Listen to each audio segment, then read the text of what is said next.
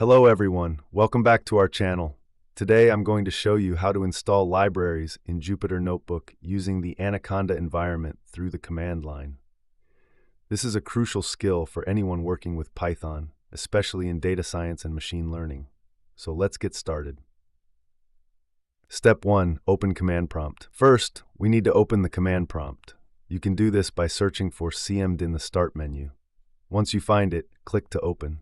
Step 2. Activate your Anaconda environment. Next, if you have a specific Anaconda environment where you want to install your libraries, you need to activate it.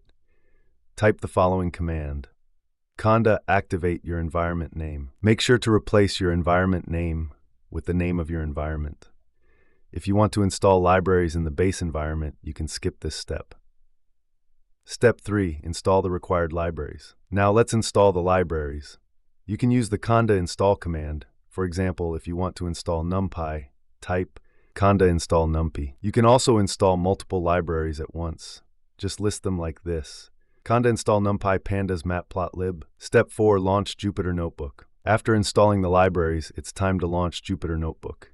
Still in the activated environment, type Jupyter Notebook. This command will open Jupyter Notebook in your default web browser.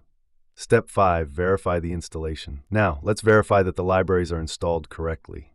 In a new Jupyter Notebook cell, try importing the libraries like this. If there are no errors, congratulations! Your libraries are successfully installed and ready to use. And that's it for today's tutorial.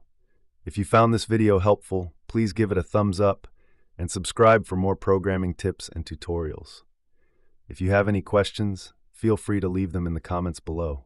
Thanks for watching, and happy coding.